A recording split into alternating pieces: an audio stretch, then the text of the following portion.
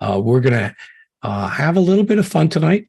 I'm going to set up a series of slides for you, and we're going to look at where Immunocal came from and the history behind our research and development of this product. So if you just bear with me for a second, I'll get this going. So where we've been, where we are, and where we're going. We have been around for over 40 years. And we have produced volumes and volumes of research articles and publications, and as well collected probably over 80 different worldwide patents on our product, Immunocal. But where did this all come from? Well, here's a nice picture of one of my lifetime heroes, Dr. Gustavo Bunos, and he's that kid standing there staring out into space, wearing a nice pair of shorts and patent leather shoes. I guess that was in vogue. This is just before the war in Europe. He's originally from Italy, and these are his parents. Here's him a little bit later on, and at this point in time, I believe the war was on. This is still in Italy, and you could see Dr. Bunos standing there. Everybody's actually very well dressed. You got to give the Italians kudos for their style, but he's looking very much like Elvis Presley. Look at that haircut, and this is before Presley came out, so he was ahead of his time, clearly. Very good-looking young man, and still hiding the fact that in that head of his rested a true genius. This is a picture of what most people remember Dr. Bunos looking like. It took about 2 hours to clean him up for this picture. Generally, his hair is all over the place, looking very Einsteinian. And he has a smile on his face, which, again, is unusual. He's a self-professed cranky old man. So Dr. Bunos is really the initial genius behind this product. And let's see how this all started. Now, Gustavo was a trained surgeon. Here we see him in the surgical suite way back when. You could tell that he's Italian. Look at his hand there. He's going, "Where's my scalpel?" And this was going to be his future, but because of the war, he decided that he was going to do what so many other people have done, and that is move to America and find your fame and fortune. America seemed like the land of milk and honey, and so he picked up and immigrated to the United States. And he landed in Indianapolis at a rather prestigious institution. But when he got there, he found out that the Americans had a certain chauvinistic view of the practice of medicine, and people who did not have their degree from the United States generally could not get a license to practice medicine. So Gus, being an extremely clever person, decided that he was going to go into research.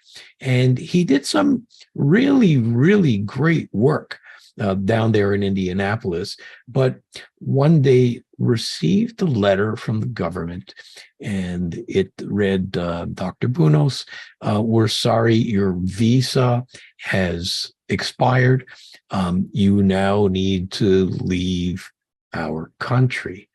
And this was such a distressing situation.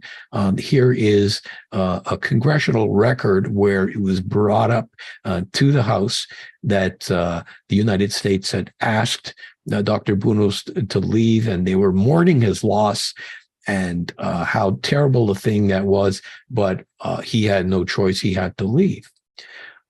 Fortunately for me, Gustavo moved to Montreal, literally in my backyard. This is a picture of Montreal General Hospital. So the United States' loss became Canada's gain, and he threw himself right back into research. Now, remember, I mentioned that Dr. Bunos was originally a surgeon. So he was going to focus on surgical research, but with a twist. He asked a question, and I'm not sure whether anybody had asked it before, but it sounds like a simple question. Why is it that if you take the same patient, the same age, the same surgical diagnosis, the same surgery, and one of these patients will end up leaving the hospital in a week and getting back to work, but the other one would end up in the intensive care unit sometimes for months and sometimes would expire. What was at play that, given the same situation, some patients ended up doing really well and some did not? Well, you could probably ask a child and they would suggest, well, maybe it's something that these patients were eating. And Dr. Bunos felt this was a very good place to start. This is a great poster from the 1950s, looking at nutrition and proteins in particular. And there it reads, proteins, food for growth and repair. So that looked like a good idea in the 1950s and in the 1960s, but something else was at play. There was the development of a new field of medicine called immunology. Immunology wasn't even a specialty then. It was just a branch of physiology. And because Dr. Bunos was working at McGill University in Montreal, we teamed him up with a very brilliant young PhD candidate called Dr. Patricia Kongshaven. Now, Dr. Kongshaven, you see her here doing some work in a lab. Dr. Kongshaven is recognized as the great-grandmother of clinical immunology. And why would we give her a title like that? Because Patricia wrote the first chapter in the first book of clinical immunology that was broadly distributed amongst medical doctors. So she was right in there at the beginning, even before immunology was a specialty. So the two of them got to work, and they started looking at different proteins and different amino acids, knowing that it was likely going to be a protein that was going to do something to improve immune function and to save these patients from a poor outcome. And most of the poor outcomes were things like opportunistic infections or infections that came from the surgical suite. So they were collecting anything they can get their hands on and throwing it into experiments to see if anything would happen to the immune response. And of course, they were doing this in test tubes. They were doing this in animals, and they came across a few things, but nothing that you would call earth-shattering. One day, a box shows up on Dr. Bunos's desk. And it's a box from Europe. And Gustavo opens up the box, and inside the box is this fine white powder. Now, this is in the 1970s, and back in the 1970s, if you received a box in the mail with fine white powder, you tended to be a little suspicious about it. But fortunately, this box had a note on it, and the note read, "Dear Dr. Bunos, we understand that you're looking at protein biochemistry. This fine white powder is a byproduct of one of our industries here in Europe, and we don't know what to do with it. We've been dumping it in the fields, we've been dumping it in the river, and the government had asked us to stop doing this because the rivers were overgrowing and the fields were overgrowing. Very interesting. It also carried a check of $10,000, which I'm sure influenced Gus to put it into his experiments. And so he did. And lo and behold, a couple years later, we realized that there are groups of laboratory animals that are living, these animals are living between 30 and 50% longer. Now, this was something that drew a lot of attention. It's not that we were stretching out the lifespans of these mice, but what we were doing was imparting upon them an added defense against things that otherwise would have done them in, like certain cancers, like certain infections. And so this was really something that made you turn your head. And so the team started to get some more attention and continued on their work on this white powder, and with some very, very interesting outcomes.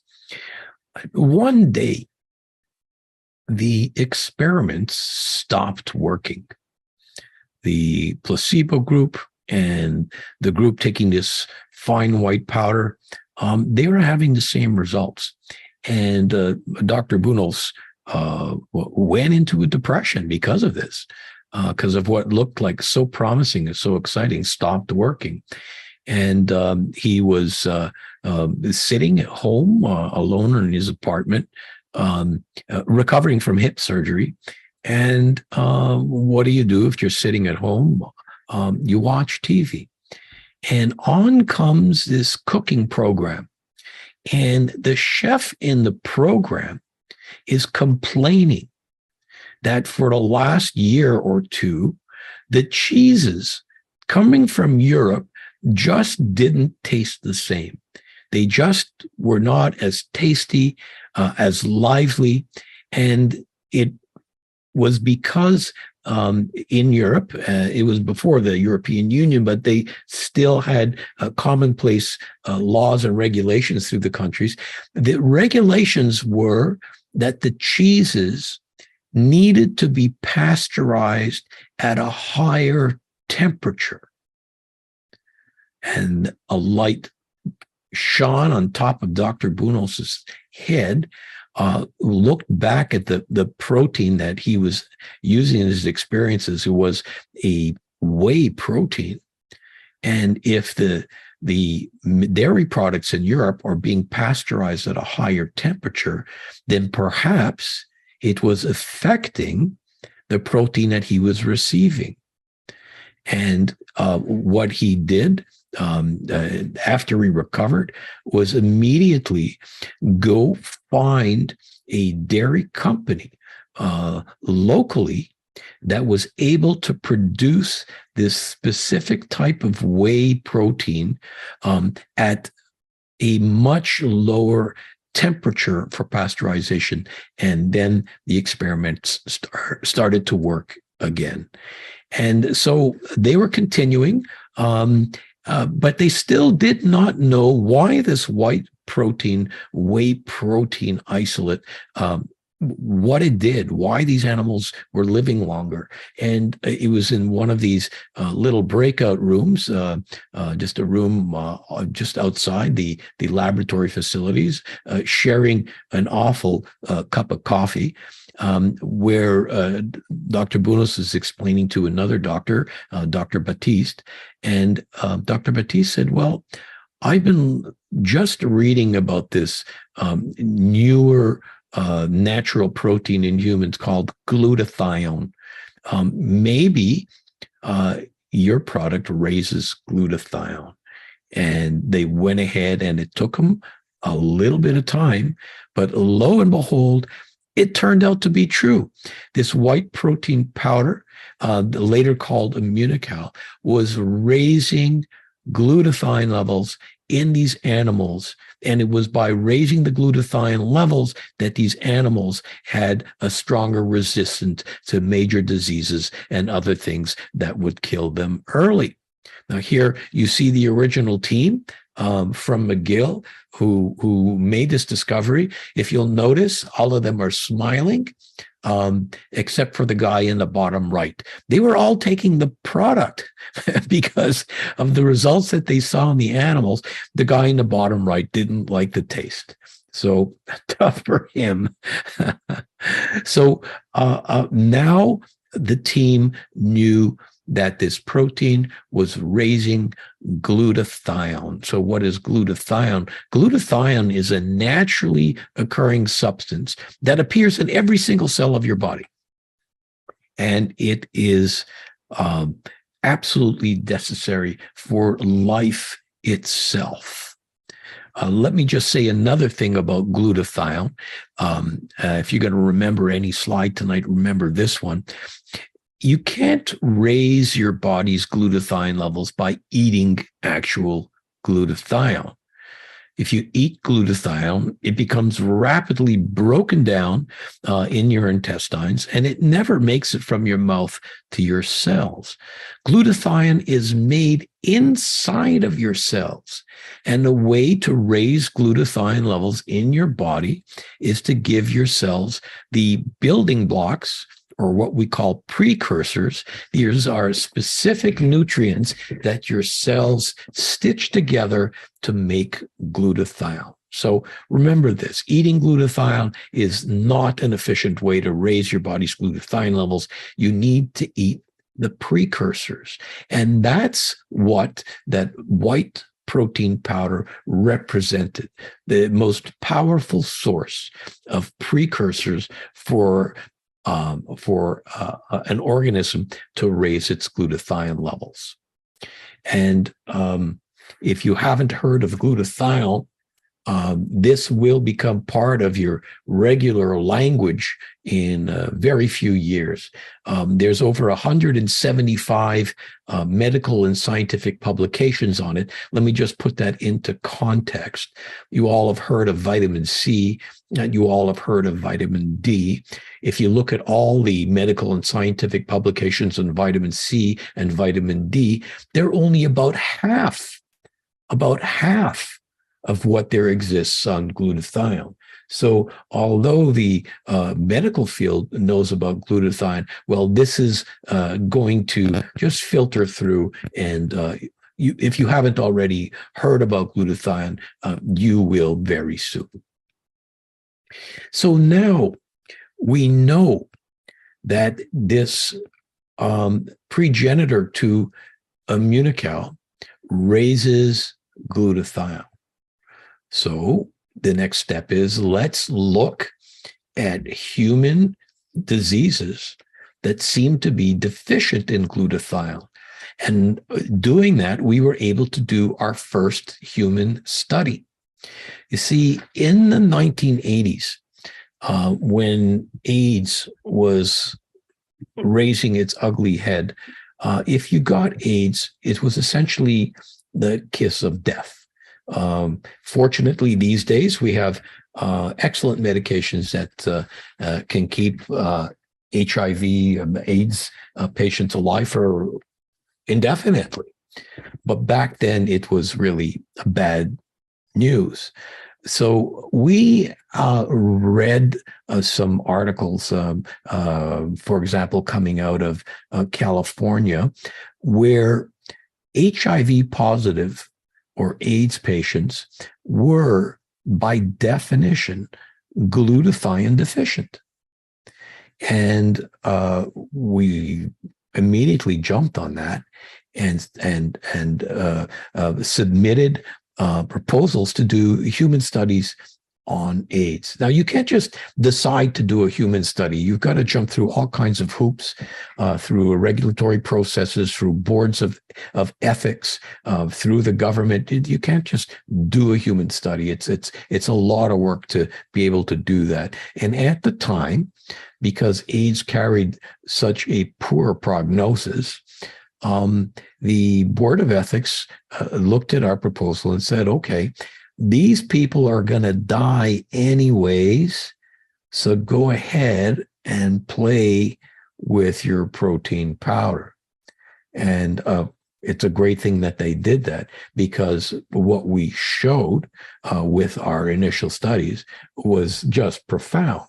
We were able to take patients who weighed 80 and 90 pounds and get them back to work. We were able to decrease viral loads, sometimes to zero. We were able to increase what we call CD4 lymphocyte counts, which is the white blood cell that went bad in AIDS. And now we put ourselves on the map, because everybody wanted to join in. We got funding from the Canadian government through what's called the HIV Trials Network. Other members at McGill joined in. People from across the world noticed our studies and started writing on it. The picture of the gentleman in your lower left, that's Dr. Luc Montagnier, who won the Nobel Prize for the discovery of the AIDS virus. In that book, you see, Oxidative Stress and Cancer and AIDS, he published that book, and there was a complete chapter, not on glutathione, but on Immunocal, the product name that we used eventually for that white protein powder. So we were now on the map. And subsequent to that, we continued publishing on HIV/AIDS. We did work on hepatitis A, hepatitis B, hepatitis C.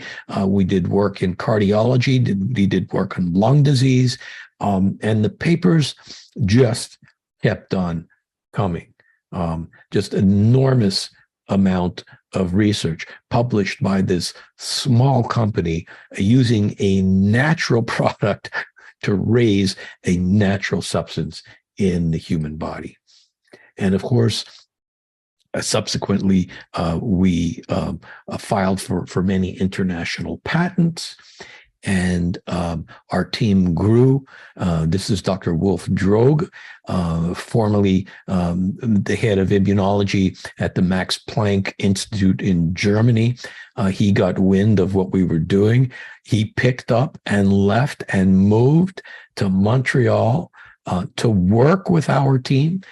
He eventually developed Immunocal Platinum, which is the second type of Immunocal we had. And we'll talk about that another day. So we had a very, very strong team that not only kept on doing the research, but commercialized the product so that everybody can have it. And everybody can have it without a prescription. Eventually, through Health Canada, by submitting our research, we were able to make medical claims about the product. We were able to make a medical claim about the immune system. You take Immunocal, it's going to support and strengthen your immune system. And this is very, very unusual for a natural product to be able to say something like that. In fact, I think that we're still the only natural protein that can make that claim. We went from studying people with health challenges to looking at very healthy people. Here's a study way back in 1999 where we took groups of university athletes, split them either into a placebo group or an Immunocal group, put them through identical training for an entire summer, brought them back at the end of the summer and demonstrated between a 10 and 15% increase in muscle strength and endurance. This was absolutely wild, considering when you look at the Olympics, the difference between the person coming in first place, the gold medal, and the person coming in sixth place is often less than 1%. And we were showing 10 to 15% improvement. And we went on and did that in the geriatrics population too. A 10% increase in a geriatric patient is profound. It's the difference between being in bed or being in a wheelchair, between being in a wheelchair and using a walker, between using a walker and using a cane. These are huge differences. So the research kept on expanding, the company kept on expanding, and with our added findings in muscular performance, we got another claim that we could make by taking Immunocal. You can increase your muscle strength, do better on the field, and so it's spread like wildfire amongst the sporting world. This was our first major Olympics, 2012. This is the Canadian rowing team. They're showing off their medals proudly, but what was most interesting was this was the oldest rowing team at the Olympics, having won their medals and taking the Immunocal. And nowadays, Doug and I, during the next Olympics, we can be watching it on the TV and point and look at any number of teams: Canadian Olympic team, American Olympic team, Polish Olympic team, British Olympic team, and on and point and say, he's on Immunocal, she's on Immunocal. And so, we're well established in the world of sports, but even more importantly, in the world of conventional medicine. This is a book that I published a number of years ago, and what it is just a collection of articles published in the scientific and medical literature on Immunocal. And there are over 85 studies. I challenge anybody to show me a natural product that has that many studies accredited to their research. And we don't pay for these studies anymore. Now, I sit comfortably in an office and I get research proposals from around the world from scientists that they just want to continue this research and show all the things and all the benefits that glutathione has on the human organism. And we're going to be covering a lot more of this in future programs. I know that once you start looking at what we're doing, you're going to have a whole bunch of questions, some of which we'll answer tonight. But just to let you know, most of the questions about glutathione, you'll find the answers in this book. This is my 5th edition, and you see some links there where you might be able to find this book, but also I'm always updating research articles. I'm always talking about new things in the world of glutathione. So if you're into it, please avail yourself to these websites. And thank you for your attention.